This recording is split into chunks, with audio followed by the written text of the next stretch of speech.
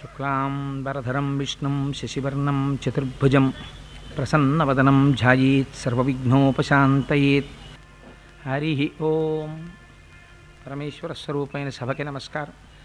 నిన్నటి రోజు కార్యక్రమాన్ని పూర్తి చేస్తూ ఇప్పుడే మన గోపాలకృష్ణ గారు విజ్ఞాపన చేసినట్టు ఒక్కసారి ఆ ఋష్యశృంగ మహర్షి యొక్క అద్భుతమైనటువంటి ఆ తపశ్శక్తిని గురించి మనం ఒకసారి అనుకుని ఆ మహానుభావుణ్ణి ఎలా తీసుకురావాలి, వారిని తీసుకొచ్చి అక్కడ జరిగేటటువంటి ఆ యాగానికి బ్రహ్మగా వరిస్తే తప్ప ఆ యాగము యొక్క ఫలితము చేకూరదని, తనకి సంతాన ప్రాప్తి కలగదని దశరథ మహారాజు గారు తానే అంతఃపుర పరిజనంతో కలిసి బయలుదేరి అంగరాజ్యాన్ని చేరుకుని ఒక 7-8 రోజుల పాటు రోమపాదుని యొక్క అంతఃపురంలో ఉండి వారి యొక్క సేవలను, వారి యొక్క మర్యాదలను అందుకున్నవారై నేను ఒక కార్యాన్ని తలపెట్టాను, అందుచేత మీ కుమార్తె అయిన శాంతని అల్లుడైనటువంటి ఋష్యశృంగుని నాతో పంపవలసినది అని వేడుకుంటే రోమపాదుడు ఎంతో సంతోషించి ఆర్ద్రతతో కౌగిలించుకొని తన కుమార్తె అయినటువంటి శాంతని అల్లుడైనటువంటి ఋష్యశృంగుని దశరథ మహారాజు గారి అంతఃపురానికి పంపించారు.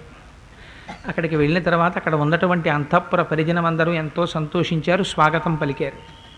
కొంతకాలం అక్కడ ఋష్యశృంగ మహర్షి సంతోషంగా కాలాన్ని గడిపారు. ఇంతలో ఒకనాడు యాగం చెయ్యాలనేటటువంటి బుద్ధి దశరథ మహారాజు గారిలో ప్రవేశించింది. సంతానము లేదు కనుక తాను ఎంత యోగ్యుడైనా, అఖండ భూమండలాన్ని పరిపాలిస్తున్నవాడైనా, పౌరులందరూ సంతోషంగా జీవనం గడుపుతున్నప్పటికీ, మంత్రులు తనకి చాలా సమర్థతతో సాచివ్యము చేస్తున్నప్పటికీ తాను సంతానహీనుడైనటువంటి కారణం చేత మనస్సులో ఉన్నటువంటి దిగులు తీర్చుకోవడం కోసమని అశ్వమేధయాగం చేసి ఏ పాపము తను సంతానమును పొందడానికి ప్రతిబంధకముగా నిలబడుతోందో ఆ పాపమును పరిహరించుకోవడం కోసమని వేదము చేత నిర్ణయింపబడినటువంటి ఒక యాగాన్ని చేసి తద్వారా ఆ పాపమును పరిహరించుకోవాలనేటటువంటి ఉద్దేశ్యంతో ఋష్యశృంగ మహర్షి దగ్గరికి వెళ్ళి ఒక మాట చెప్పారు.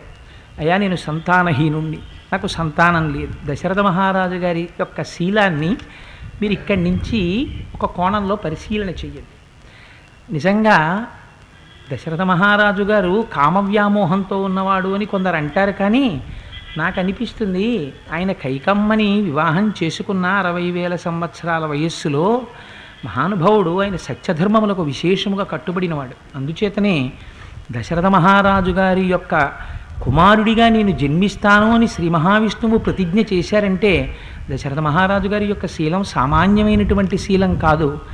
నిజంగా సంతానం లేనప్పుడు పరివేదన చెందేటటువంటి ఒక కుటుంబీకుని యొక్క అవస్థ ఎలా ఉంటుందో, ఒక గృహస్థు యొక్క పరివేదన ఎలా ఉంటుందో, తీరా బిడ్డలు జన్మించిన తరువాత ఆనందం ఎలా ఉంటుందో, ఆ బిడ్డని ఎవరైనా వచ్చి కొద్ది కాలం నాతో పంపించు అంటే వియోగాన్ని భరించలేక ఎంత బెంగ పెట్టుకుంటాడో, తుట్టతుతన ఆరాముడే 14 సంవత్సరములు తనని సత్యవాక్యమునందు ప్రతిష్ఠితుని చేయడం కోసమని రాజ్యాన్ని విడిచిపెట్టి అరణ్యాలు పట్టి వెళ్ళిపోతుంటే పుత్రవియోగాన్ని తట్టుకోలేక గుండెలు బాదుకుని ఏడ్చి ఏడ్చి ప్రాణములను ఎలా విడిచిపెడతాడో, దశరథ మహారాజు గారి యొక్క శీలాన్ని, దశరథ మహారాజు గారి యొక్క నడుబడిని గమనిస్తుంటే నిజంగా చాలా ఆశ్చర్యంగా ఉంటుంది.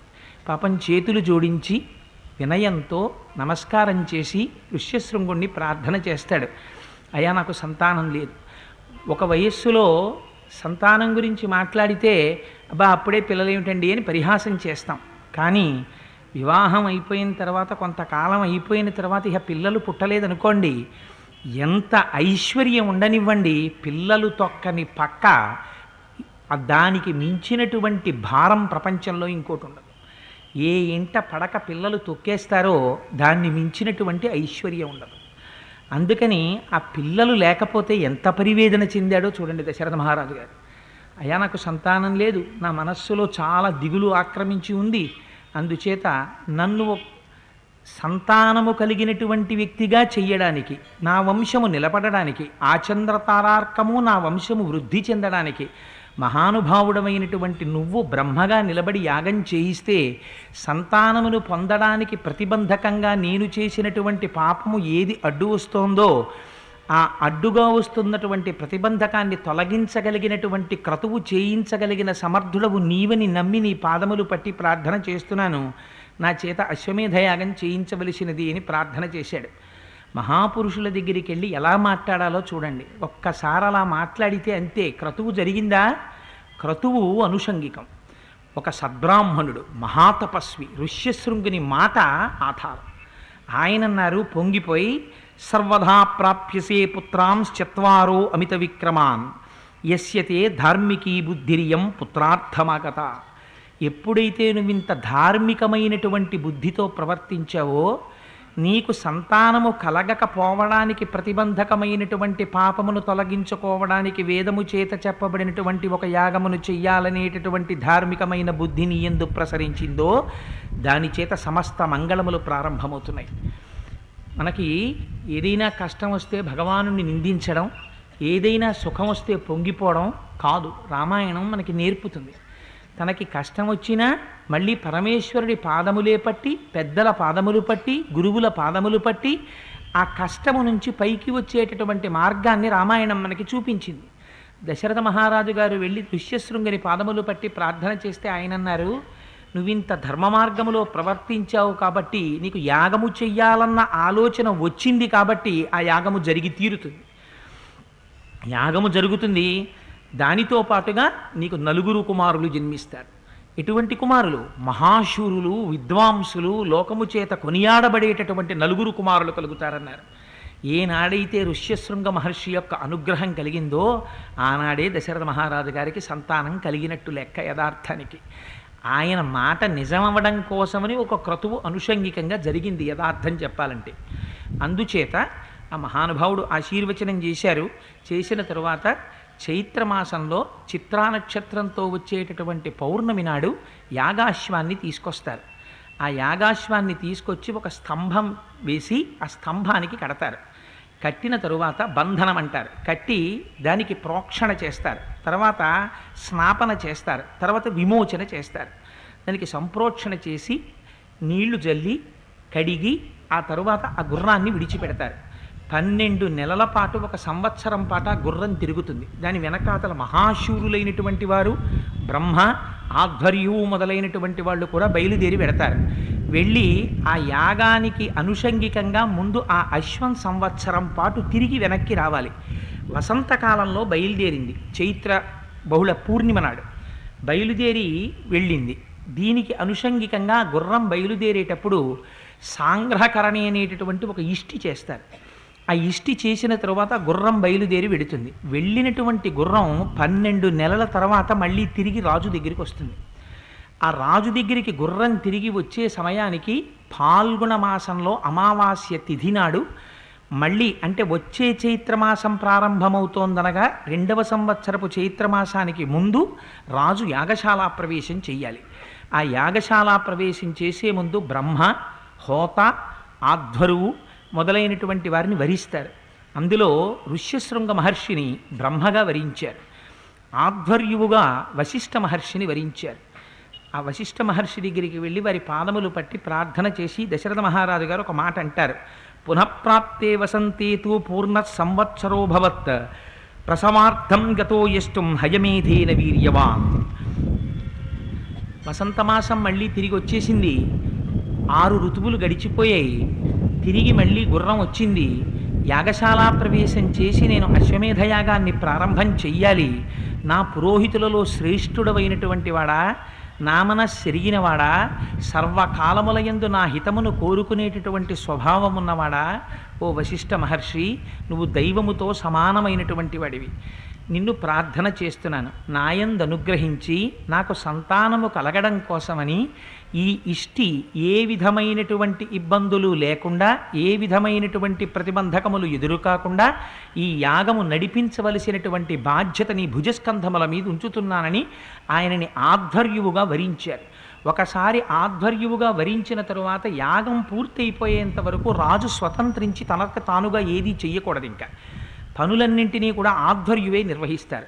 అందుకని వశిష్ఠ మహర్షి ఆశీర్వచనం చేశారు, తప్పకుండా యాగం పూర్తవుతుంది, రాజా నీ మనోరథం ఈడేరుతుంది.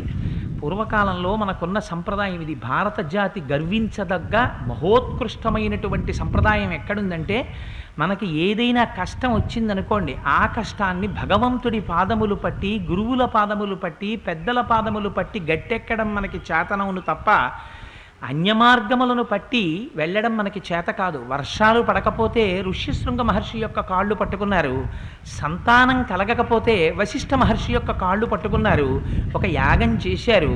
తప్పించి వేరువేరు ప్రక్రియలు, యజ్ఞయాగాదుల్ని తిరస్కరించడం, వేదము చెప్పినటువంటి ప్రమాణాన్ని తిరస్కరించడం, ఇటువంటివి భారత జాతి యొక్క సంస్కారములు కాదు. అందుకే ఎంతకాలం రామాయణం నిలబడుతుందో అంతకాలమే మన ఆర్షధర్మం నిలబడుతుంది. ఎంతకాలం ఆర్షధర్మం నిలబడుతుందో అంతకాలం మనం గర్వంగా రామాయణానికి వారసులమని చెప్పుకోగలిగినటువంటి అర్హత మనకి మిగులుతుంది. ఆనాడు వశిష్ఠ మహర్షి ఆధ్వర్యువుగా వరింపబడితే దశరథ మహారాజు గారి చేత ఆ మంత్రుల్ని, సేనాపతుల్ని వాళ్ళందరినీ పిలిచారు. పిలిచి దశరథ మహారాజు గారికి మిక్కిలి ఇష్టుడైనటువంటి సుమంత్రుడనేటటువంటి మహర్షిని పిలిచి ఒక మాట చెప్పారు. సరయూ నదికి ఉత్తర దిక్కున యాగశాల నిర్మాణం చెయ్యండి. ఈ సమస్త దేశాలలో ఉన్నటువంటి రాజులను కూడా యథోచితంగా ఆహ్వానించండి. సమస్త దేశములలో ఉన్నటువంటి చాతుర్వర్ణములకు సంబంధించిన కొన్ని వేల మంది ప్రజలు రావాలి. రాజులకు, అధికారులకు, జానపదులకు, పౌరులకు వారి వారికి తగినట్టుగా తాత్కాలికమైనటువంటి విడిది గృహాల్ని నిర్మించండి. అన్నపు రాసులు పొయ్యండి. పర్వతాలు ఎలా ఉంటాయో అలా పర్వతం అంతంత అన్నరాసులు వడ్డించండి. శిల్పులను, పెద్ద పెద్ద చెక్కగలిగినటువంటి మహాపండితులను, గొప్ప బ్రాహ్మణులను, వేదము చదువుకున్న వారిని, విద్వాంసుల్ని, జ్ఞానమును సముపార్జించినటువంటి వారిని సత్కరించి యథోచితంగా వారికి ఇవ్వవలసినటువంటి తాంబూలమిచ్చి తీసుకువచ్చి ఆ యాగంలో కూర్చునేటట్టుగా చెయ్యండి. దీనితో పాటుగా ప్రధానమైన విషయాలు కొన్ని జ్ఞాపకం పెట్టుకోండి. మనకి రామాయణం నేర్పుతుంది. మన ఇంట ఒక ఉత్సవం జరిగితే ఎలా ప్రవర్తించాలో మనకి రామాయణం నేర్పింది. తథా జానపదస్యాసి జనస్య భౌశోభనం దావత్యమన్నం విధివత్ సత్కృత్య నతులీలయా. జానపదులు ఉంటారు, గ్రామాల నుంచి వస్తారు. ఆ గ్రామాల నుంచి వచ్చినటువంటి జానపదులకి ప్రవర్తన చేత కాకపోవచ్చు, కానీ వారు జానపదులని, అయోధ్య పట్టణంలోనూ మిగిలిన పట్టణంలో ఉన్నటువంటి వాళ్ళు నాగరికులని, నాగరికులకి వడ్డించేటప్పుడు జాగ్రత్తగా వడ్డించాలని, పల్లెల నుంచి వచ్చినటువంటి వారికి ఏమీ తెలియదు కదా అని నతు లీలయా, అశ్రద్ధతో వాళ్ళకి మీరు వడ్డన చేస్తారేమో, అలా ఎప్పుడూ వడ్డన చెయ్యకండి. మీరు చేసేటప్పుడు విధివత్, చాలా జాగ్రత్తగా, మర్యాదగా, ఎంత చక్కగా వడ్డించాలో అంత చక్కగా వడ్డించండి. వశిష్ఠ మహర్షి ఈ మాటలు చెప్తే చెవులకు మణికుండలములు పెట్టుకుని బ్రాహ్మణులు పక్కన సహాయకులతో కూర్చుని అన్నాన్ని అంత జాగ్రత్తగా వడ్డించారట. ఇవాళ నేను చాలా పెద్ద పెద్ద ఆశ్రమాల్లో కూడా చూస్తున్నాను, పేరుకి అన్నదానం చేస్తున్నామంటారు. గబ వడ్డించుకుంటూ వెడితే నిజంగా అక్కడ కడుపు నిండకుండా ఉండిపోయిన వాడు ఎవరైనా మళ్ళీ అన్నం కోసం పిలుద్దామంటే పలికేవాడు ఉండడు. ఇది పెద్దలైన వారు కోరుకున్న అన్నదానం కాదు. అందుకని వడ్డించేటటువంటి వాళ్ళు ప్రధానంగా జాగ్రత్తగా ఉండాలి. మేము చాలా పెద్ద పెద్ద సేవా సంస్థలు నడుపుతున్నాం అన్న వాళ్ళందరూ కూడా రామాయణం నుంచి ఈ మాట నేర్చుకోవాలి. అందుకని పెద్దలు కోరుకున్నది ఇది కాదు, అలా వడ్డించమని వాళ్ళు చెప్పలేదు. అందుకని జానపదులైన రమణ మహర్షి ఒక మాట చెప్తుండేవారు. పల్లెటూళ్ళ నుంచి వచ్చినటువంటి వాళ్ళు, వాళ్ళకేం తెలియదు పాపం, ఆ పిల్లల్ని ఒళ్ళో పెట్టుకుని వచ్చి ఎదురుగుండా కూర్చుంటే వాళ్ళు మలమూత్రాలు విసర్జించేవారు. ఆ పల్లెటూరి వాళ్ళకి ఏం తెలియదు, ఎదురుగుండా కూర్చుంటే మలమూత్రాలు విసర్జిస్తున్నారు, భగవాన్కి ఇబ్బందిగా ఉంటుందని వాళ్ళని వెనక్కి కూర్చోపెట్టి పట్టణాల్లో నుంచి వచ్చిన వాళ్ళని ముందు కూర్చోపెట్టేవారు. భగవాన్ అనేవారు, ఏమి మీరు పుట్టినప్పుడు మీకు తెలుసా, జ్ఞానంతో పుట్టారా? మనం అమ్మ ఒడిలో మలమూత్రములు విసర్జించలేదా? వారిని ఎందుకు వెనక్కి కూర్చోపెడతారు, వారిని ముందుకు తీసుకొచ్చి కూర్చోపెట్టండి అనేవారు. ఇది వారి ఆశయం, ఇది జ్ఞాపకం పెట్టుకోవాలి మనం. అందుకని వడ్డన చేసేటప్పుడు ఎంత జాగ్రత్తగా వడ్డించాలో వశిష్ఠ మహర్షి నేర్పారు. ఇవాళ అన్నింటికన్నా మనకి చాలా సులువైంది ఏది అంటే వడ్డన విషయంలో మనకున్నంత చులకన భావం ఇంకా దేంట్లోనూ ఉండదు. ఏదో కవ్వడి అని పూర్వకాలంలో 2 చేతులతోటి బాణములు వేసేవాడు ఉంటాడే సవ్యసాచి, అలా 2 చేతులతో గరిట్లు పట్టుకుని వచ్చినటువంటి వాడు ఏదో ముష్టివాడు వచ్చినట్టు కంచం పట్టుకు నిలబడితే ఎడంచేత్తో కుడి చేత్తో వడ్డన చేస్తూ ఉంటారు. పిలవడం ఎందుకు, అటువంటి వడ్డన చెయ్యడం ఎందుకు? నతు లీలయా, నీ ఇష్టం వచ్చినట్టు అశ్రద్ధతో వడ్డన చెయ్యకు. వడ్డన చేసేటప్పుడు అంత జాగ్రత్తగా వడ్డించు. ఎంత గొప్ప మాట చెప్పాడో చూడండి మహానుభావుడు వశిష్ఠుడు. అందుకని సర్వే వర్ణా యథా పూజాం ప్రాప్నువంతి సుసత్కృతాః నచావజ్ఞా ప్రయోక్తవ్య కామక్రోధవశాదపి. చాతుర్వర్ణముల వారిని కూడా భోజనానికి పిలవండి. వాళ్ళందరూ కూడా వచ్చి భోజన పదార్థాలని స్వీకరించడం కోసమని పంక్తులలో కూర్చుంటారు. కూర్చున్నప్పుడు ఎవరైనా ఒక్కొక్కరు కామమునకు క్రోధమునకు వశులై మాట్లాడకూడనటువంటి మాట వారు మాట్లాడచ్చు. మీరు మౌనంతో నవ్వుతూ ఊరుకోండి తప్ప ఎవ్వరినీ మీరు అవమానించే ప్రయత్నం చెయ్యకండి. పంక్తి భోజనం పెట్టినప్పుడు సర్వసాధారణంగా కనిపించేటటువంటి విషయం, 10 మంది ఒక చోట చేరితే అందరి మనస్తత్వాలు ఒక్కలా ఉండవు. ఒక్కొక్కడు ఒక్కొక్కలా ప్రవర్తిస్తాడు. లోపల నుంచి కామక్రోధములు విజృంభించి ఒక మహర్షి ఎలా దర్శనం చేసి మాట్లాడాలో అలా మాట్లాడారు వశిష్ఠుడు. కామక్రోధములు విజృంభించి ఒకడు ప్రవర్తించకూడని రీతిలో ప్రవర్తించవచ్చు. కానీ మీరు మాత్రం అప్పుడు రాజభటులమని, రాజాధికారులమని, సైన్యాధికారులమని, మంత్రులమని మరిచిపోండి. మీరు ఉపేక్షించండి, ఒక్క నవ్వు నవ్వండి, వారిని ఎవ్వరినీ అవమానించకండి. ఎందుకని చాతుర్వర్ణముల వారు ఎవరైనా సరే వచ్చి ఒక్కసారి భోజనం చెయ్యడం కోసమని పంక్తిలో కూర్చున్నాడా వాడు అతిథి దేవోభవ. అన్నం తినడానికి కూర్చున్నవాడు అతిథి సాక్షాత్ భగవానుడి యొక్క స్వరూపం. ఎట్టి పరిస్థితులలోనూ ఎవ్వరినీ అవమానం చెయ్యకండి. అవజ్ఞయానదాతవ్యం కస్య చిల్లీలయాపివా అవజ్ఞయా కృతం హన్యాద్దాతారం నాత్ర సంశయ. ఇది రామాయణం అంటే. ఎంత గొప్పగా నేర్పిందో చూడండి. మీరు వస్త్రముల యొక్క రాసులు తీసుకొచ్చి అక్కడ పెట్టండి. ఎవరి యోగ్యతని అనుసరించి వారికి సన్మానించి వారికి ఇయ్యవలసినటువంటి వస్త్రములను వారికి బహూకరించండి. కానీ దానము చేసేటప్పుడు ఒక్కటి జ్ఞాపకం పెట్టుకోండి. మీరు ఎందుకు చేస్తున్నారు ఈ దానం? దశరథ మహారాజు గారు యాగం చేస్తున్నాడు కాబట్టి, ఇవాళ అందరూ వస్తున్నారు కాబట్టి మీరు ఈ వస్త్రములన్నీ దానం చేస్తారు.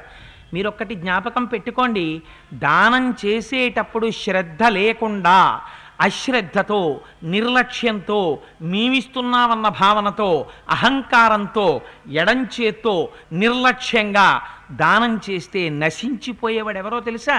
యజమాని నశించిపోతాడు. ఇప్పుడు జ్ఞాపకం పెట్టుకోండి, రామాయణం విని మీ ఇంట్లో వివాహం జరిగితే వడ్డన చేసే వాళ్ళ విషయంలో జాగ్రత్త పడండి. ఎవరిని పడితే వాళ్ళని వడ్డన దగ్గరికి రానివ్వకండి. వడ్డన దగ్గరికి వచ్చేటటువంటి వాడికి ఈ మర్యాద తెలుసున్న వాడిని వడ్డనకి ఎంచుకోండి. ఒకరికి బట్టలు పెట్టేటప్పుడు కానీ, ఒకరికి బహుమతి ఇచ్చేటప్పుడు కానీ ఎంత జాగ్రత్తగా ఉండాలో. అవమానించినటువంటి రీతిలో మీరు బహుమానం ఇచ్చారా, దానివల్ల పుచ్చుకున్నటువంటి వ్యక్తి మహాభక్తుడై ఆయన హృదయం కని క్లేశపడిందా, జ్ఞాపకం పెట్టుకోండి. భక్తుడి హృదయం బాధపడితే భగవానుడు అంగీకరించడు, యజమాని నశించిపోతాడు. ఇంత అశ్వమేధయాగం చేస్తున్నా దశరథ మహారాజు గారి ఫలితాన్ని పొందలేడు. అందుచేత మీరు జాగ్రత్తగా ఉండండి. తర్వాత మీరు పిలిచేటప్పుడు అందరినీ ఒక గాటన గట్టి పిలవకండి. ఆహ్వానం పంపించేటప్పుడు అందరికీ పంపించండి. ఈ దేశంలో ఇతర దేశాల్లో ఎన్ని జాతుల వారు ఉన్నారో అన్ని జాతుల వారిని ఆహ్వానించండి. వృద్ధుల్ని పిలవండి, బాలుర్ని పిలవండి, రోగుల్ని పిలవండి, అందరినీ పిలవండి. ఎవరికి కావలసిన రీతిలో వారికి విశ్రాంతి గృహాలను ఏర్పాటు చేయండి. ఒకరు పచ్చంగా ఇలా తింటామంటారు, వారికి అలాగే వడ్డన చెయ్యండి. వారు కూడా, రోగులు కూడా తిని సంతోషపడిపోవాలి. అబ్బాయి ఎటువంటి భోజనం పెట్టారు మాకని సంతోషపడాలి. అలా వడ్డన చెయ్యండి. పిలిచేటప్పుడు అందరినీ ఒక గాట గట్టి పిలవకండి. కొంతమంది ఉంటారు, వారిని మీరు దగ్గరుండి తీసుకురండి. తీసుకురావడంలో కూడా ఎవరో సేవకుణ్ణి పంపించడం కాదు, ఒక సైనికుణ్ణి పంపించడం కాదు. సుమంత్ర, నువ్వు స్వయంగా వెళ్ళి తీసుకురా. అలా ఎవరిని తీసుకురావాలో తెలుసా? మిథిలాధిపతిం శూరం జనకం సత్యవిక్రమం నిష్ఠితం సర్వశాస్త్రేషు తథా వేదేషు నిష్ఠితం తమానయ మహాభాగం స్వయమేవ సుసంస్కృతం పూర్వ సంబంధినం జ్ఞాత్వా తతఃపూర్వం బ్రవీతే. నేను ముందే ఈ మాట చెప్తున్నాను, తర్వాత నేను చెప్పలేదు అని అనద్దు సుమంత్ర. మహానుభావుడు ఒకడున్నాడు. ఎవరైనా? జనక మహారాజు గారు. ఆయన కూడా ఒక రాజులా కనపడతాడు, కానీ మహాజ్ఞాని. సర్వశాస్త్రములు చదువుకున్నాడు, సర్వవేదములు చదువుకున్నవాడు, అపారమైనటువంటి తపశ్శక్తి కలిగినటువంటి వాడు. ఆ జనక మహారాజు గారు మనకి పూర్వ సంబంధి. ఆయన్ని పిలిచేటప్పుడు మాత్రం ఒక సేవకుడినో ఎవరినో పంపి పిలిచి తీసుకురాకండి. స్వయంగా నువ్వు వెళ్ళి దగ్గరుండి వారిని రథం ఎక్కించి తీసుకురా. వారితో పాటు ఎవరిని తీసుకురావాలి? తథా కాశీపతిం స్నిగ్ధం సతతం ప్రియవాదినం. కాశీరాజు గారు ఉన్నారు, ఆయన మనరాజు గారికి మిక్కిలి స్నేహితుడు. ఒక ఇంట్లో కార్యం జరుగుతుంటే ఆ కార్యాన్ని నిర్వహించడానికి నియుక్తం చేయబడినటువంటి మంత్రి కానీ, స్నేహితుడు కానీ, సుహృత్తు కానీ ఆ కార్యాన్ని ఎంత దక్షతతో నిర్వహించాలో చూడండి. ఆ ఇంటి యజమానికి అత్యంత స్నేహశీలురు ఎవరైన వారు ఉన్నారో వారిని దగ్గరుండి తీసుకురమ్మని చెప్పారు. కాశీరాజు గారిని దగ్గరుండి తీసుకురండి. అలాగే తథా కేకేయ రాజానం వృద్ధం పరమధార్మికం శ్వశురం రాజసింహస్య సపుత్రం తమిహానయ. కేకయ్య రాజు గారు ఉన్నారు. వారు మన రాజుగారైనటువంటి దశరథ మహారాజు గారికి స్వయంగా మామగారు. వారిని వారి కుమారులతో కలిసి తీసుకురండి. తీసుకొచ్చేటప్పుడు ఒక్క కేకయ్య రాజు గారిని తీసుకురాకండి, ఆయన మహావృద్ధుడు, పరమధార్మికుడు. అటువంటి కేకయ్య రాజు గారిని అయ్యా మీరు మీ కుమారులతో కలిసి రండి అని పిలవండి. పిలిచి వారిని అందరినీ దగ్గరుండి తీసుకురండి. అంగేశ్వరం మహాభాగం రోమపాదం సుసంస్కృతం. అలాగే రోమపాదుడున్నాడు అంగరాజ్యంలో. ఆ మహానుభావుని యొక్క అల్లుడు ఋష్యశృంగుడు. ఆయన మన రాజుకి సంతానం కలగాలని యాగం నిర్వహించడానికని ఇక్కడికి వచ్చారు.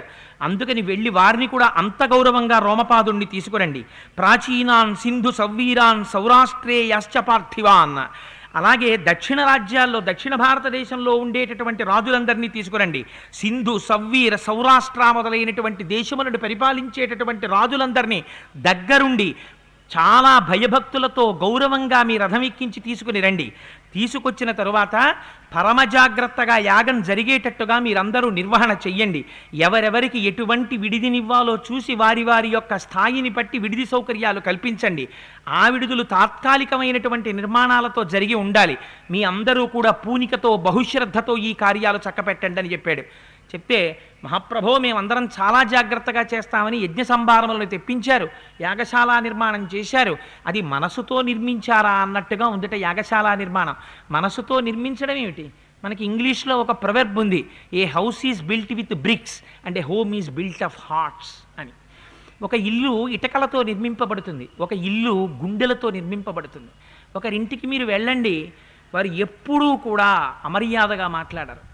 ఆఖరికి అయ్యా నాకు ఇప్పుడు సమయం లేదండి, వేరొకలా భావించకండి, రేపటి రోజున తప్పకుండా మీతో మాట్లాడతాను, కానీ ఇవాళ కొంచెం నేను ఒక ముఖ్యమైన పని మీద పెడుతున్నానని మాట్లాడడంలో కూడా ఎంత సౌమ్యమో ఎంత అందంగా మాట్లాడతారో. నిజంగా ఆ మాట చూస్తే అయ్యో మరి ఇవాళ మనతో మాట్లాడలేదన్న భావన కూడా కలగదు.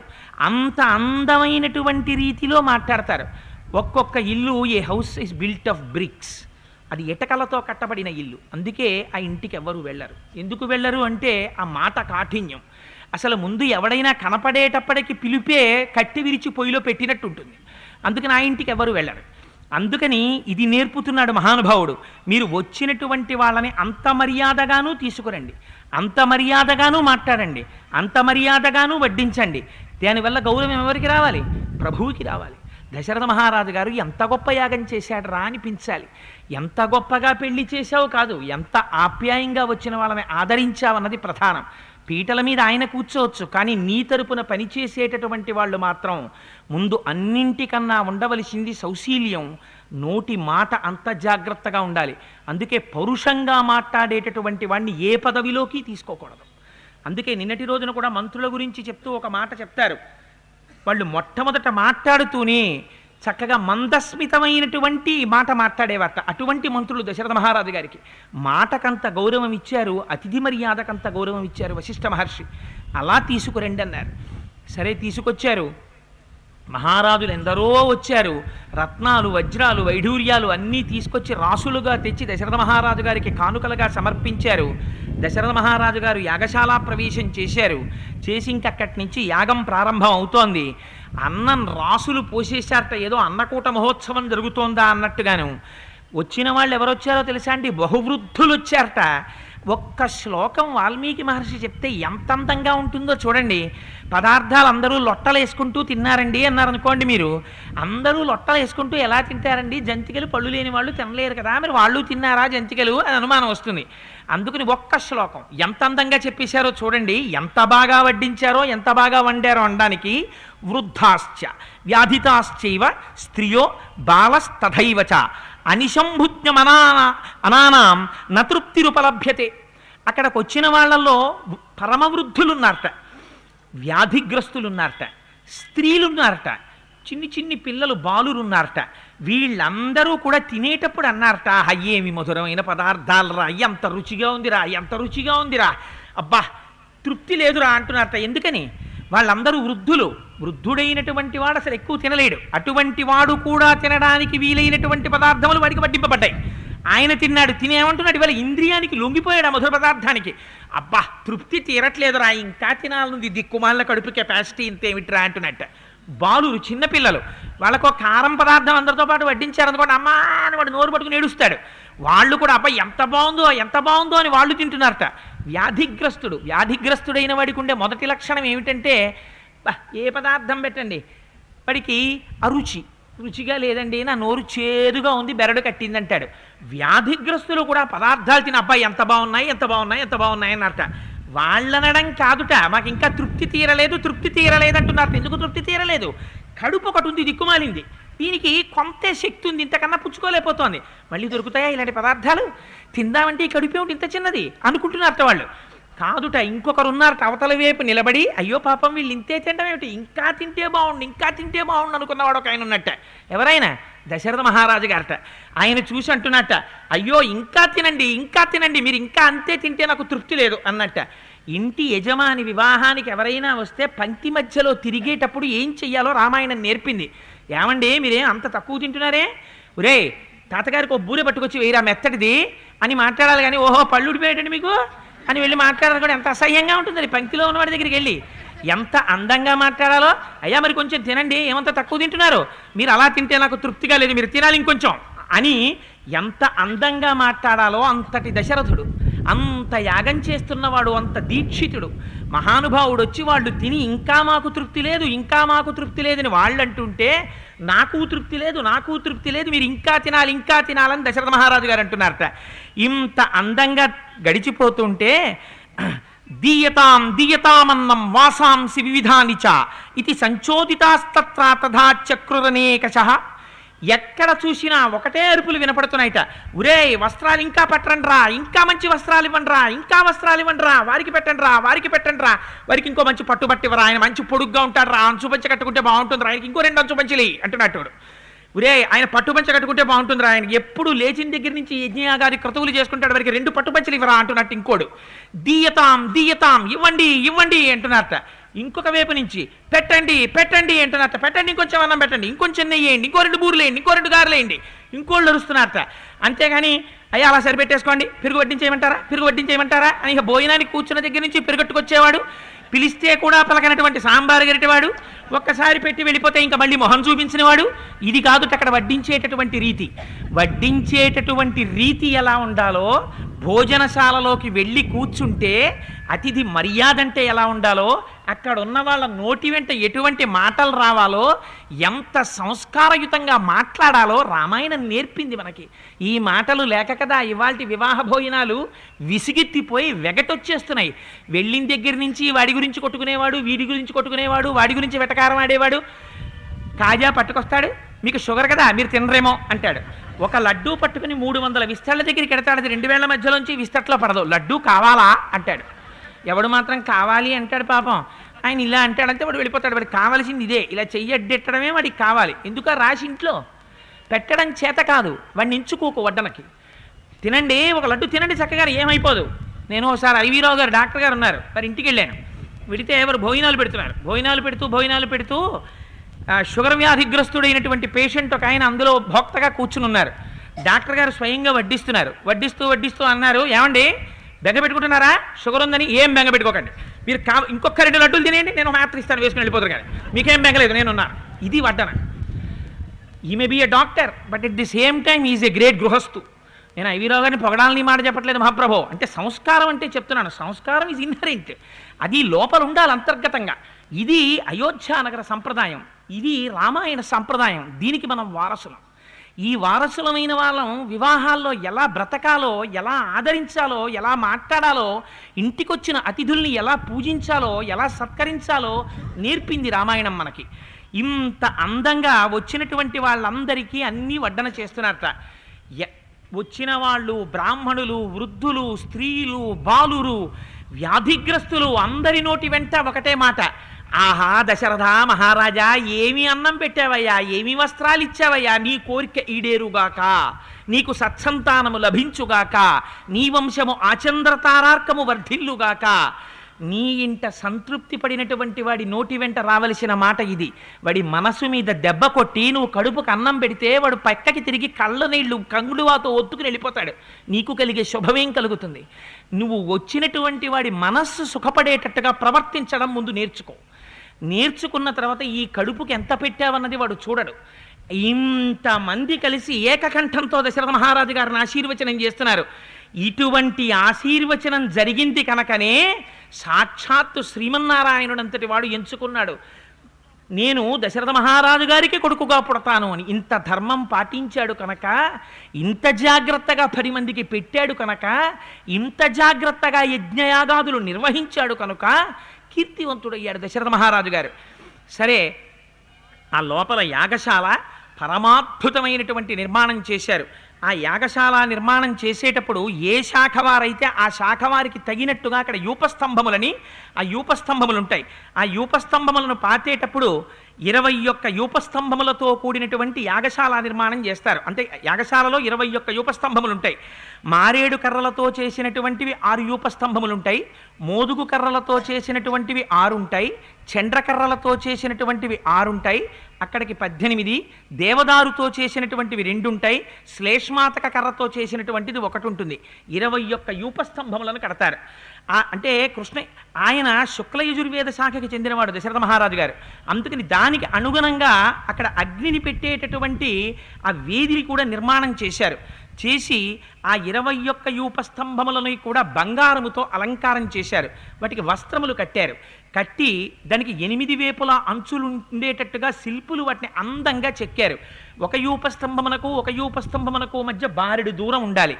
ఎంత దూరం ఉండాలో అంత దూరం ఉండేటట్టుగాను చక్కగా చెక్కారు. హోమం జరుగుతుంటే హవిస్సు ఇంత పిసరు కూడా వేదికి బయట పడేది కాదుట. అంత అందంగా యాగం చేశారు. యాగాలు చేశాం అనేటప్పుడు యాగం చూస్తుంటే, యాగం తెలియని వాడికి కూడా ఆ మంత్రం నడుస్తుంటే స్వాహ అనేటప్పటికీ ఆ హవిస్సు వేస్తుంటే, నెయ్యి పడుతుంటే, అగ్నిహోత్రం జ్వలిస్తుంటే చూసినటువంటి వాడికి అమ్మ బాబోయ్ ఏమి యాగం రా అని 2 చేతులతో ఇలా నమస్కరించేయాలి. అలా చేసేవారు పూర్వం. అంత అద్భుతంగా యాగం జరుగుతోందిట. ఈ యూపస్తంభములన్నింటినీ పాతారు.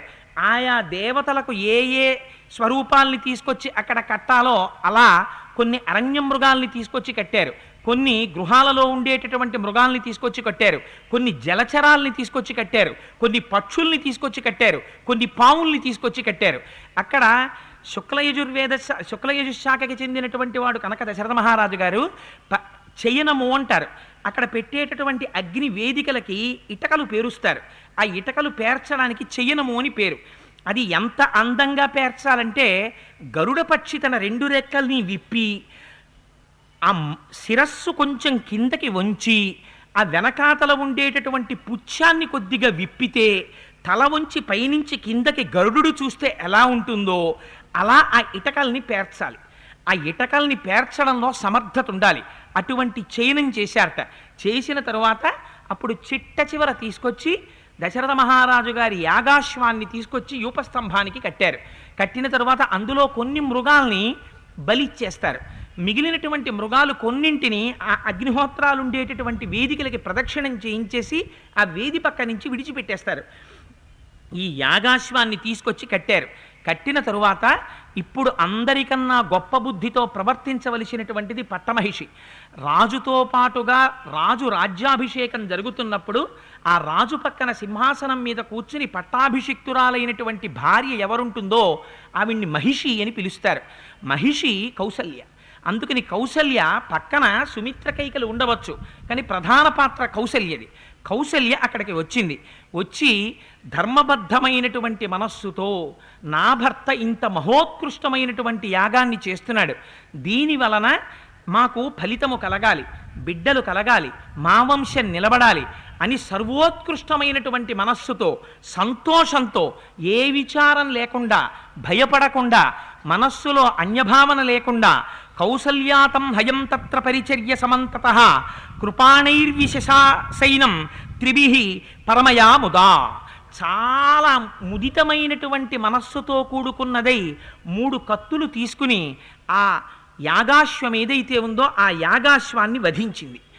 ఆ యాగాశ్వం కింద పడిపోతుంది. కొందరన్నారు అంతకు ముందే వధించబడినటువంటి అశ్వాన్ని 3 సార్లు కత్తితో గీతలు పెడుతుంది అన్నారు. మరికొందరన్నారు కాదు కాదు, అంతకుముందు వధింపబడినటువంటి యాగాన్ని మహిషి వెళ్ళి బంగారు సూదులు దాని శరీరంలో గుచ్చుతుంది అన్నారు.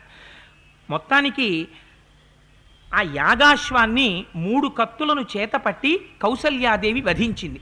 వధించిన తరువాత చెయ్యవలసినటువంటి ఒక పరమ పవిత్రమైనటువంటి క్రతు ఉంటుంది. పతత్రిణా తదాసార్ధం సుస్థితేన చేతస అవసద్ర జనీమేకాం కౌసల్యా ధర్మకామ్యయ.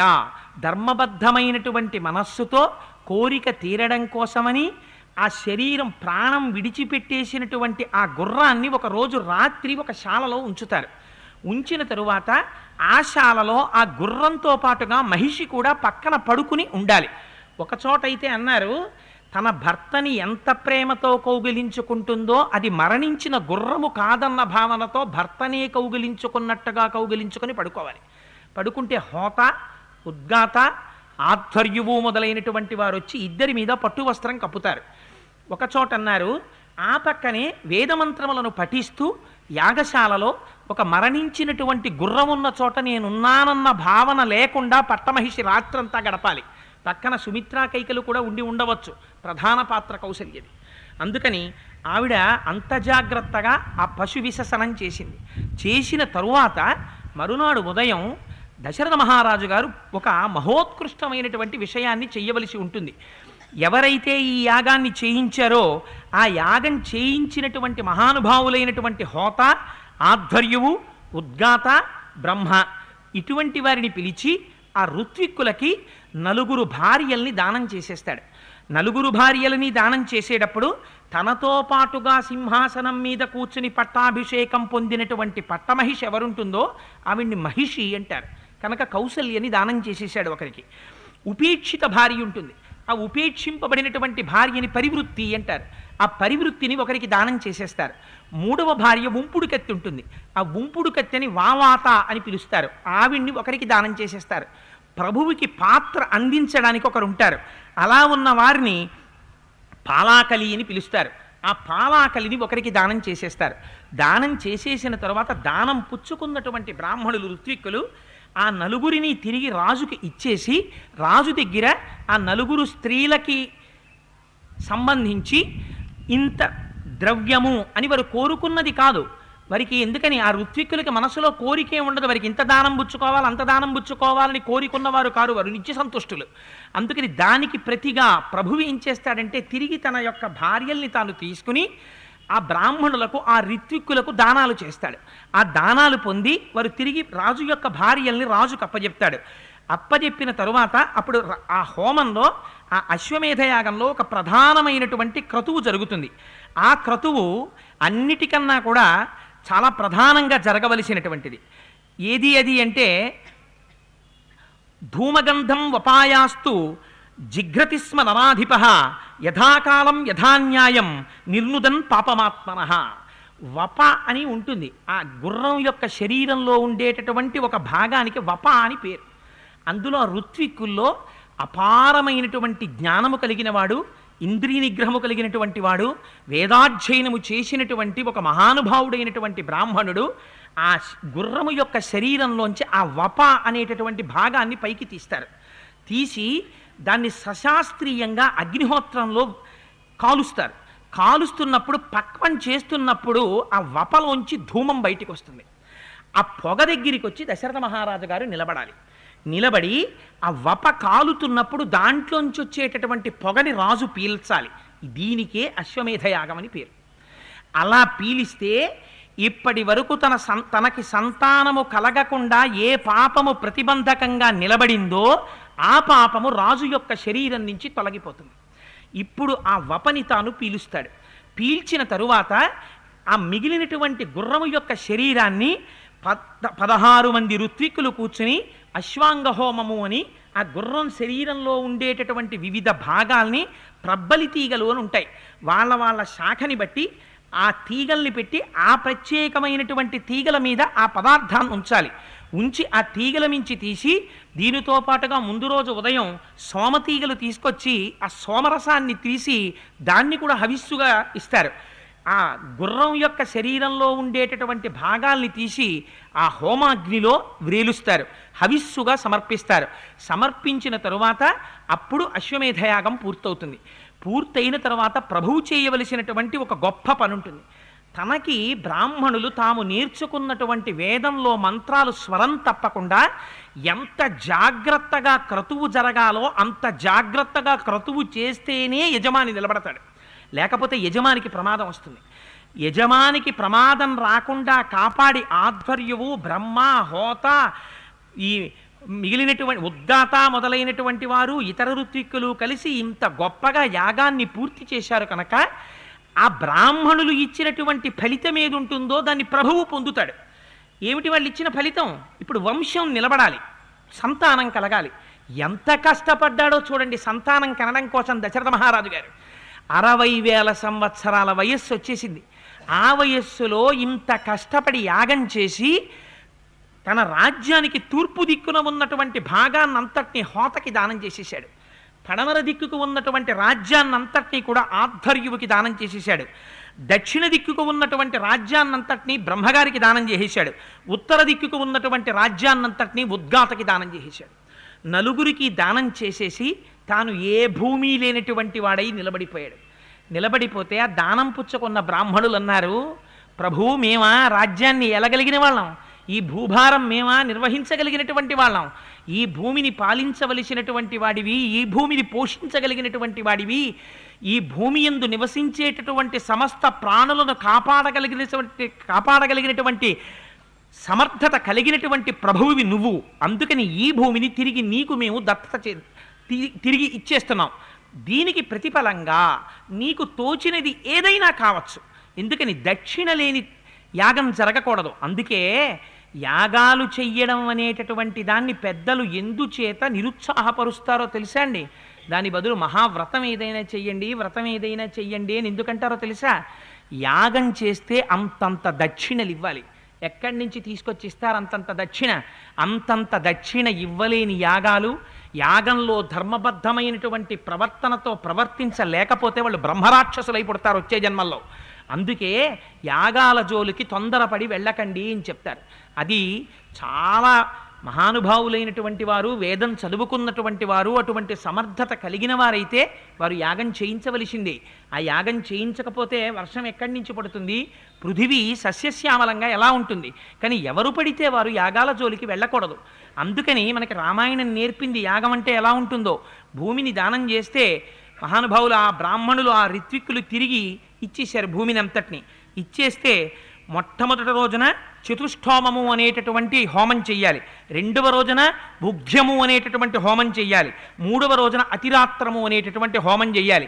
ఈ 3 హోమాలతోటి అశ్వమేధయాగం పూర్తయిపోయి రాజుగారు దానం చేసినటువంటి భూమిని తిరిగి పుచ్చుకొని దానికి బదులుగా ఈ యాగం చేయించినటువంటి ఋత్విక్కులకి 10 లక్షల గోవులను దానం చేశాట, 100 కోట్ల బంగారు నాణెములను దానం చేశాట, 400 కోట్ల వెండి నాణెములను దానం చేశాట. ఆ యాగం చూడడానికి వచ్చి కూర్చుని వేద సంబంధమైనటువంటి విషయాల గురించి అక్కడ సిద్ధాంత చర్చలు చేసినటువంటి మహాపురుషులైన బ్రాహ్మణులు ఉన్నారు. వాళ్ళందరూ అనేకమైనటువంటి విషయములను చదువుకున్నటువంటి వారు. వాళ్ళందరికీ కలిపి 1 కోటి బంగారు నాణెములు దానం చేశాట. ఎన్నో గోవులు దానం చేశాడు. ఒక నిరుపేద అయినటువంటి బ్రాహ్మణుడు చిట్ట చివరి వచ్చి దశరథ మహారాజు గారికి నమస్కారం చేశాడు. వెంటనే తన చేతికున్న కంకణాన్ని తీసి దానం చేసేశాడు దశరథ మహారాజు గారు. వచ్చినటువంటి బ్రాహ్మణులు, ఋత్విక్కులు, బ్రహ్మ, ఉద్గాత, ఆధ్వర్యువు, హోత అందరూ పరవశించిపోయారు. పరవశించిపోయి, మహానుభావ దశరథ, నువ్వు చేసినటువంటి యాగం చేత మేమందరము కూడా ప్రీతి చెందాం, నీకు తప్పకుండా సత్సంతానము కలుగుతారు అని ఇప్పుడు ఋష్యశృంగ మహర్షి లేచి ఒక మాట చెప్పారు. ఇష్టింతేహం కరిష్యామి పుత్రియాం పుత్రకారణాత్ అధర్వ శిరసి ప్రోక్తై మంత్రై సిద్ధాం విధానతః. రాజా, నీకు సంతానము కలగడం కోసమని ఒక బ్రహ్మాండమైనటువంటి ఇష్టిని ఇప్పుడు నేను చేయిస్తాను, వచ్చి కూర్చో పీటల మీద. ఈ ఇష్టి అథర్వవేదంలో చెప్పబడినటువంటి ఇష్టి. వచ్చి కూర్చోమన్నారు. వచ్చి దశరథ మహారాజు గారు కూర్చున్నారు. ఆ ఇష్టి చెయ్యడాన్ని ప్రారంభం చేశారు. తతో దేవా సగంధర్వా సిద్ధాశ్చ పరమర్షయ భాగం ప్రతిగ్రహార్థం వై సమవేత యథావిధి. ఆ ఇష్టి జరుగుతుంటేట అందులో తమ తమ భాగములను బుచ్చుకోవడం కోసమని దేవతలు, గంధర్వులు, యక్షులు, కిన్నెరులు, కింపురుషులు అందరూ కూడా అక్కడికి వచ్చి సమావేశమయ్యారట. అందరూ ఆ గొప్పగా జరిగిన అశ్వమేధ యాగాన్ని, పుత్రకామేష్టిని చూడ్డానికి వచ్చారు. ఎవరు చేయిస్తున్నవాడు? ఏ సామాన్యమైన వాడు చేయిస్తున్నాడా? ఋష్యశృంగ మహర్షి కూర్చునున్నారు, వశిష్ఠుడు కూర్చునున్నాడు, జాబాలి కూర్చునున్నాడు, కాశ్యపుడు కూర్చునున్నాడు. ఇంతటి మహానుభావులందరూ ఆ యాగంలో ఉన్నారు. ఎందరో బ్రాహ్మణులు ఉన్నారు. అటువంటి సభలో ప్రవేశించడమే చాలు అని ఇంతమంది వచ్చి చూస్తున్నారు. అందులో ఇది జరుగుతుండగా ఈ భాగం ప్రతిగ్రహార్థం వై తమ తమ భాగములను పుచ్చుకోవడానికి అందరూ వచ్చి చేరారట. చతుర్ముఖ బ్రహ్మగారు కూడా వచ్చారు. ఎప్పుడైతే చతుర్ముఖ బ్రహ్మగారు వచ్చారో అందరూ లేచి వారికి నమస్కారం చేశారు. పెద్దవారు ఎవరైనా వచ్చి కనపడేటప్పటికీ మొట్టమొదట మనకి జ్ఞాపకం వచ్చేదేమిటి? మనం పడుతున్నటువంటి కష్టాన్ని చెప్పుకుంటాం. అందుకని బ్రహ్మగారిని చూసి వారు అన్నారు, మహానుభావ చతుర్ముఖ బ్రహ్మ, నువ్వు రావణాసురుడనేటటువంటి రాక్షసుడు చేసినటువంటి ఘోరమైన తపస్సుకి ప్రీతి చెందినటువంటి వాడవై వాడికి వరాలను ఇచ్చేసావు. ఆ వరాలను ఇవ్వడం వల్ల వాడు ఇవాళ ఎంత దారుణమైనటువంటి పరిస్థితికి తయారయ్యాడో తెలుసా? నైనం సూర్య ప్రతిపతి వార్ష్వే వాతిన మారుత చిలోర్మిమాలీతం దృష్ట్వా సముద్రోపి నకంపతే. సూర్యుడు గట్టిగా ప్రకాశించడానికి వీల్లేదు. రావణాసురుడు బయటికి వచ్చాడా, అది రోహిణీ కార్తె అవనివ్వండి, అంతగా ప్రకాశిస్తున్నామే అంటే సూర్యుడు మందంగా ప్రకాశించవలసింది. అటుగా వాడు వెళ్ళిపోతున్నాడు అనుకోండి, సముద్రం తరంగాలతో ఉండడం మానేసి సముద్రం ఏదో ఒక అద్దం పెట్టినట్టుగా తరంగాలు లేకుండా నిశ్చలంగా నిలబడిపోతుంది. అప్పటి వరకు వీస్తున్నటువంటి వాయువు రావణాసురుడు వచ్చాడనేటప్పటికీ వీచడం మానేసి, అమ్మో రావణుడు వచ్చాడని చెప్పి చాలా జాగ్రత్తగా మెల్లమెల్లగా నడుస్తుందిట. అలా వాడు దిక్పాలకులందరినీ శాసిస్తున్నాడు, దేవతలను శాసిస్తున్నాడు, ఇంద్రుణ్ణి నింద చేస్తున్నాడు, అవమానిస్తున్నాడు. ఎక్కడా యజ్ఞయాగాది క్రతువులను జరగనివ్వడం లేదు. పరభార్యలందరినీ తన భార్యలుగా అనుభవిస్తున్నాడు. ఎందరినో క్షోభ పెడుతున్నాడు. ఋషుల్ని సంహరిస్తున్నాడు, దేవతల్ని బాధ పెడుతున్నాడు, బ్రాహ్మణుల్ని సంహరిస్తున్నాడు. ఎక్కడా వేదప్రోక్తమైనటువంటి క్రతువులు జరగకుండా అడ్డుపడుతున్నాడు. ఇన్ని జరుగుతున్నాయి. అందుచేత మహానుభావ ఎవరు రక్షిస్తారు? ఎవరి చేత వాడు నిర్జింపబడతాడు? నువ్వు ఏమని వరం ఇచ్చావో, వాడేం వరం పొందాడో, వాడు ఎలా సంహరింపబడతాడో, ఎప్పటికి సంహరింపబడతాడో మేమందరం బెంగ పెట్టుకుని కూర్చునున్నాం. మాకు మార్గం చెప్పవలసింది అన్నారు. అంటే చతుర్ముఖ బ్రహ్మగారు చూసి అన్నారు, నాకు కూడా తెలిసింది. రవయతి అసత్ప్రలాపాన్ కరయతీతి ఇది రావణ. వాడు అందరినీ ఏడిపించేటటువంటి మాటలు మాట్లాడుతున్నాడు. అన్నీ నాది నేను అంటున్నాడు. చెయ్యకూడని పనులన్నీ చేస్తున్నాడు. వాడు నా గురించి తపస్సు చేసి నేను ప్రత్యక్షమైనప్పుడు తపస్సు చేత నన్ను మెప్పించి వరాలు కోరుకున్నప్పుడు రాక్షసుల చేత, దానవుల చేత, యక్షుల చేత, దేవతల చేత, గంధర్వ కిన్నెర కింపురుషుల చేత మరణము లేకుండా కోరుకున్నాడు. వాడికి మనుష్యుడంటే చాలా చులకన భావం. ఇంతమంది చెయ్యలేంది ఒక మనిషి చేస్తాడా? వాడు నన్ను సంహరిస్తాడా? ఎంత చులకన భావమో చూడండి మనిషి అంటే.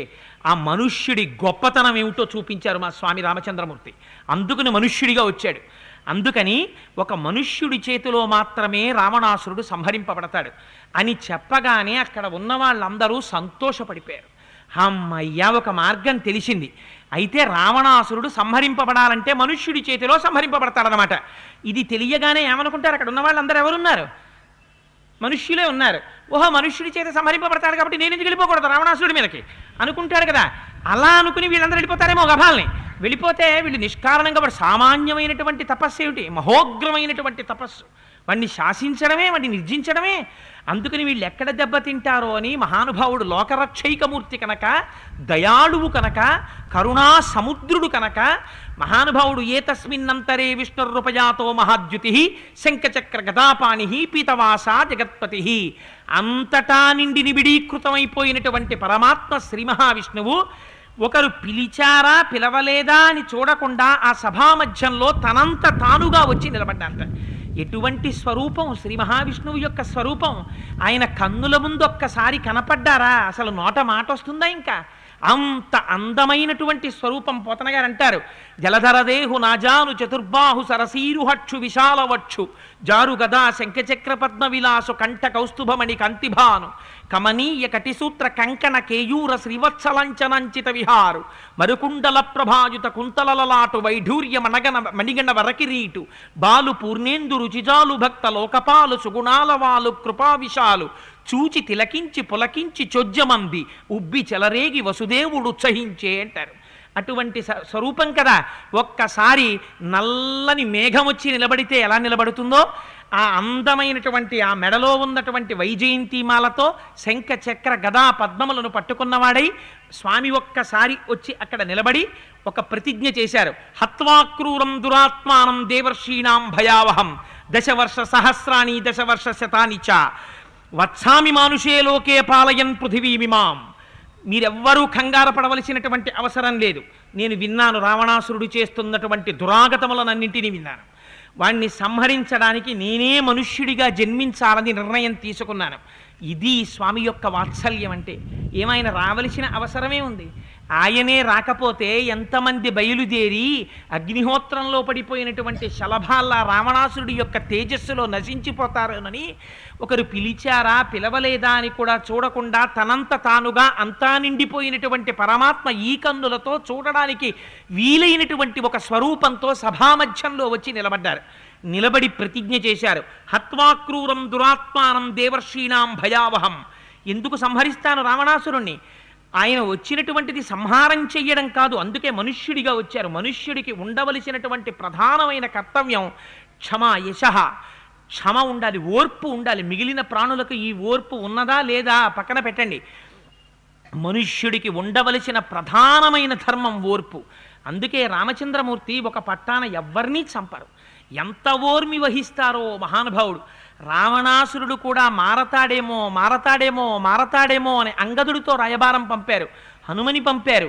ఎంతమందిని పంపినా ఎంత రాయబారం చేసినా వాడు మారకపోతే చిట్ట చివర కిరీటాన్ని కొట్టేసి గుర్రాల్ని కొట్టేసి రథాన్ని కొట్టేసి భూమి మీద నిలబడిపోయినా ఒక్క 20 అడుగులు ముందుకొచ్చైన పాదముల మీద పడిపోతే రక్షించి ఉండేవారు. అందుకని ప్రతిజ్ఞ చేశారు. అంత ప్రతిజ్ఞ చేసినటువంటి రామచంద్రమూర్తి పాదముల మీద పడడానికి వాడు రాలేదు. వాడు వెనక్కి తిరిగి సౌధానికి వెళ్ళిపోవడానికి ఇష్టపడ్డాడు. అందుచేత ఇంకా ఏ విధంగానూ రక్షించడానికి అవకాశం లేని స్థితిలో మాత్రమే 10 తలకాయలు తీసేశారు. ఇంతమంది చేత ద్వేషింపబడి ఆ ఉపాధిలో ఉండే కన్నా ఆ ఉపాధి నుంచి జీవుణ్ణి విముక్తుణ్ణి చేసి నిరంతరం తన ద్వారం దగ్గర జయ విజయులుగా నిలబడి తనని సేవించుకోవలసినటువంటి మహాపురుషుడు ఇవాళ శాపగ్రస్తుడై రావణుడిగా లోకం చేత నింద చేయబడి ఉన్నాడు. వాణ్ణి తిరిగి తనలో కలుపుకోవాలి, తన దగ్గరికి తెచ్చుకోవాలి. తెచ్చుకుని మళ్ళీ వాడు జయ విజయులుగా నిలబడాలి, నిలబడి తనని సేవించాలి. వాడు అలా 10 మంది చేత నింద పడకూడదు, వాడిని విడిపించాలి. ఇప్పుడు చెప్పండి, రామచంద్రమూర్తి అవతారంలో దయ ఉందా? రామచంద్రమూర్తి అవతారంలో క్రౌర్యం ఉందా? ఇంతమంది పడిపోతారు నేను రాకపోతే.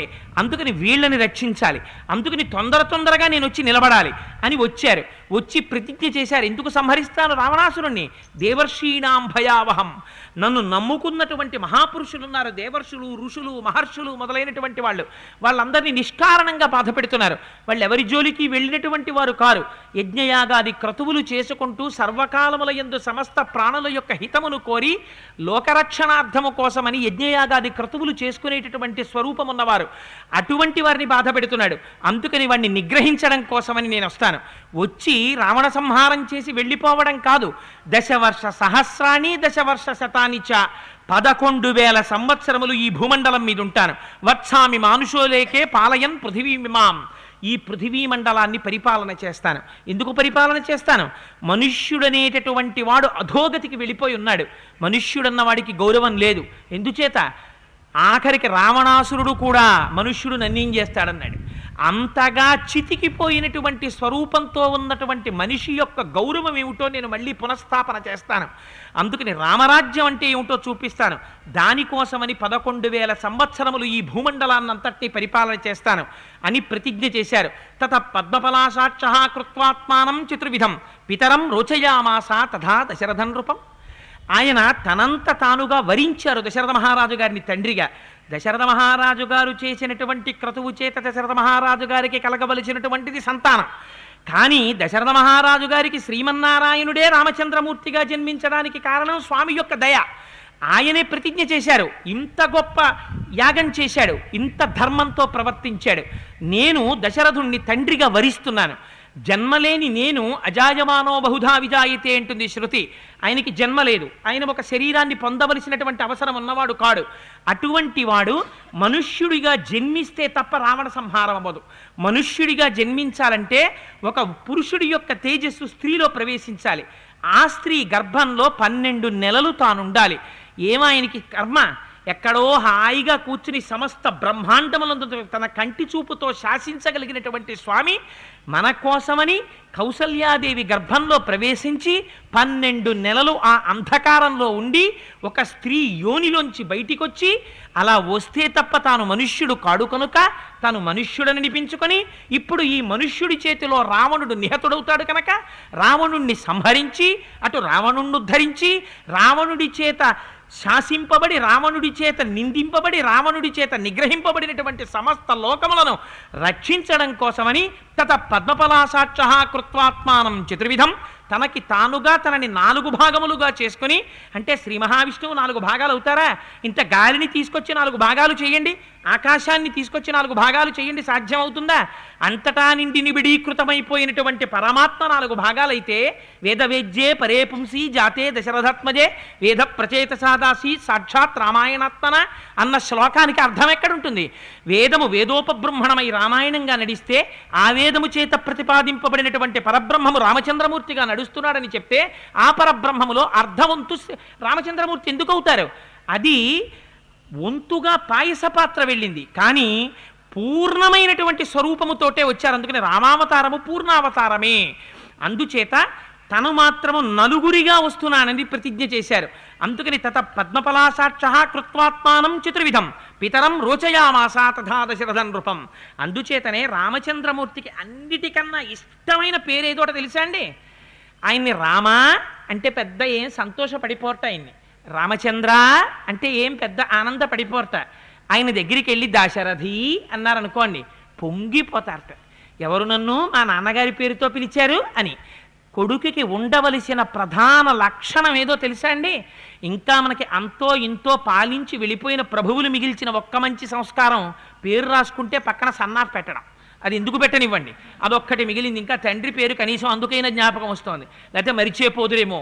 తద్దినాలు పెట్టని కొడుకులు ఎంతమంది ఉన్నారు దేశంలో? పుట్టనేని వారు గిట్టనేమి, పుట్టలోని చెదలు పుట్టవా గిట్టవా అంటారు పోతన గారు.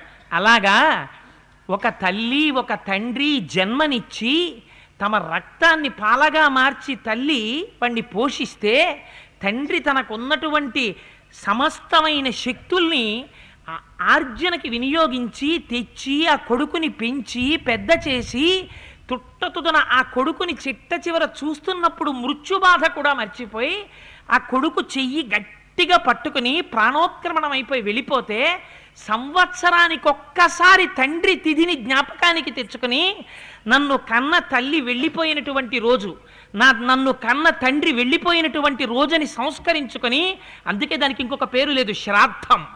శ్రద్ధగా పెట్టవలసినటువంటి రోజు. ఆ రోజున కూడా సంస్మరించుకోలేకపోతే అటువంటి ప్రాణిని మనిషి అని పిలవాలా? కన్న తల్లిదండ్రుల పట్ల కృతజ్ఞత లేక వెళ్ళిపోయిన తల్లిదండ్రులకి తద్దినం పెట్టని నిన్ను నేను ఏమని నమ్మను? నువ్వు నాకు స్నేహితుడవని నమ్మనా అని మనం నిలదీయవలసినటువంటి రామాయణానికి వారసులం కామ్మనం. అందుచేత ఇది రామచంద్రమూర్తి యొక్క గొప్పతనం. దాశరథి అని పిలిస్తే, దశరథ మహారాజు గారి కుమారుడా అని పిలిస్తే పొంగిపోతాట ఆయన.